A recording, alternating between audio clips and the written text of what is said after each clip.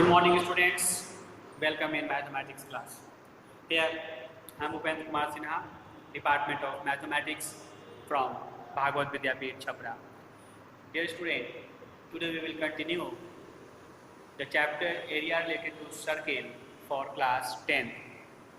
आज हम लोग फिर एक्सरसाइज 12.2 को कंटिन्यू रखेंगे, जो कि area related to sector and segment है.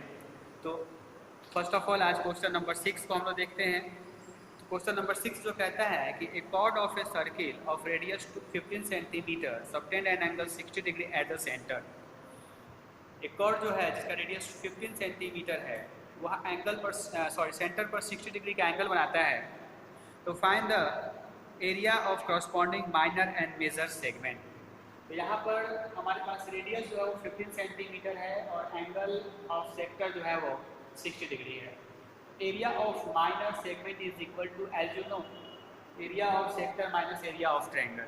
तो एरिया ऑफ सेक्टर निकालने का फॉर्मूला है pi r square theta by 360 degree and area of triangle equal to 1/2 r square sine theta. यहाँ पर हम लोग वैल्यू को पुट कर रहे हैं. पाई का वैल्यू दिया हुआ है 3.14. तो जब 3.14 दिया हो पाई का वैल्यू तो हम लोग 3.14 को ही यूज़ करेंगे, इसके अलावा कोई और वैल्यू यूज़ नहीं करेंगे. तो 3.14 into 15 into 15 into 60 degree by 360 degree. इसको हम लोग कट करते हैं, 60 से 66 टाइम में कट जाएगा. 15 और ये 6, 3 से कटेंगे दोनों, 2 टाइम्स में, 5 टाइम्स में, और 2 से हम लोग काटते हैं तो 1.5 सेकंड होता है. और यहाँ पर 1/2 इंटू 15 साइन 30 डिग्री 60 डिग्री होगा. यहाँ पर साइन का वैल्यू दिया है 60 degree.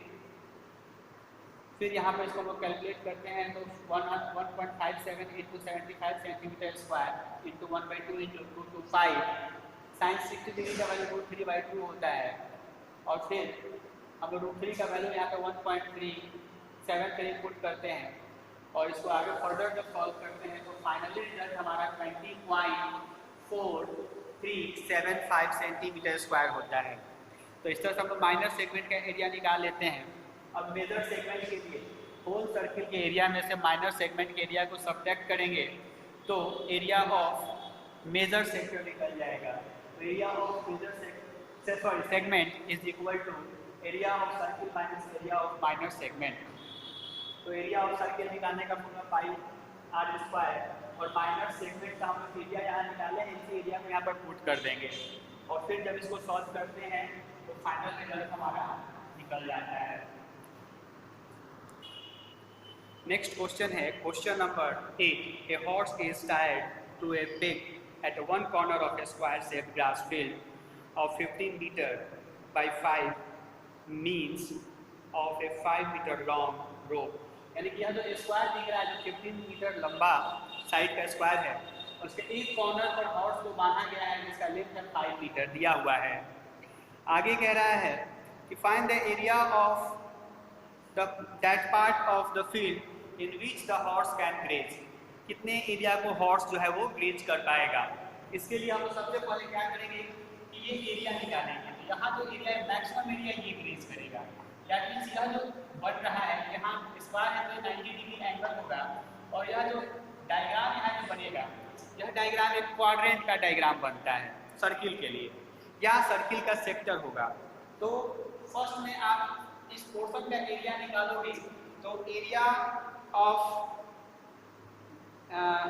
That part of the field which the horse can graze fine हो जाएगा. Area of field graze by horse is equal to, आप निकाल सकते हो, पाई आर स्क्वायर बाई 4, जो कि यह क्वाड्रेंट होगा fourth part of the circle, या फिर एरिया ऑफ सेक्टर. आप दोनों फॉर्मूला को यूज करके निकाल सकते हो. तो यहाँ पर आप पाई का वैल्यू जो है कुछ नहीं दिया हुआ है, नहीं दिया हुआ है 3.14. तो पाई का वैल्यू 3.14 भरोगे into 5 into 5 by 4 metre square. इस तरह से इसका आंसर निकल जाएगा.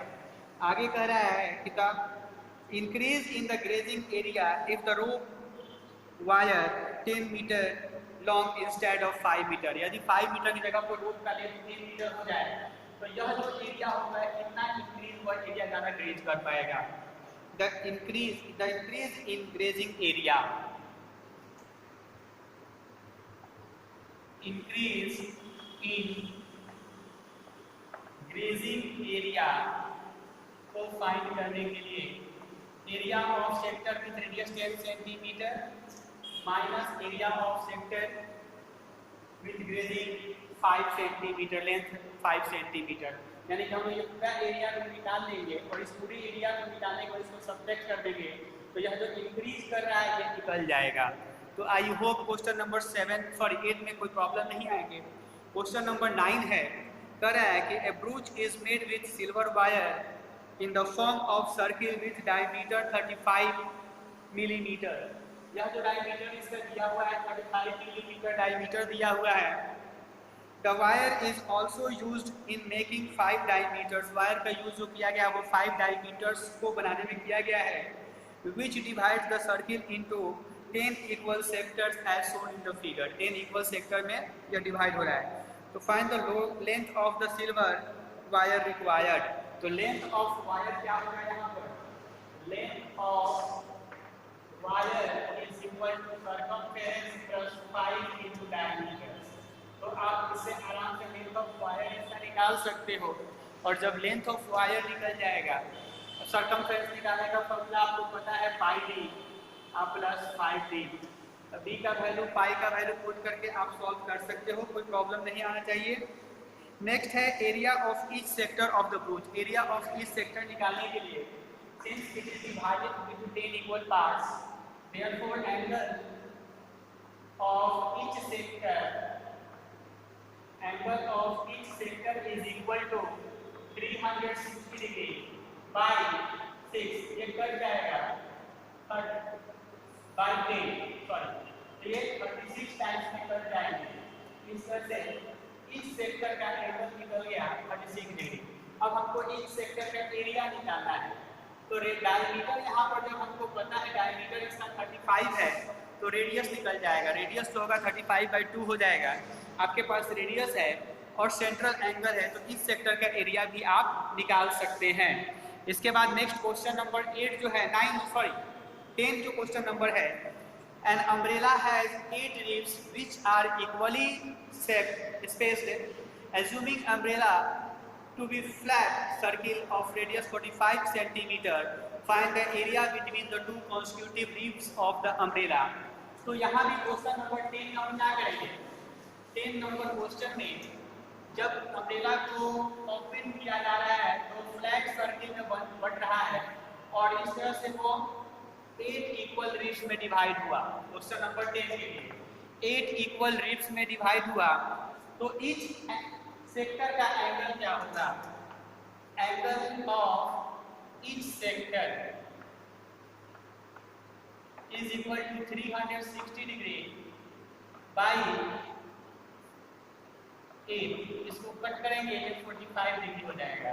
तो इस सेक्टर का एंगल जो है 45 डिग्री हो गया और रेडियस जो दिया हुआ है,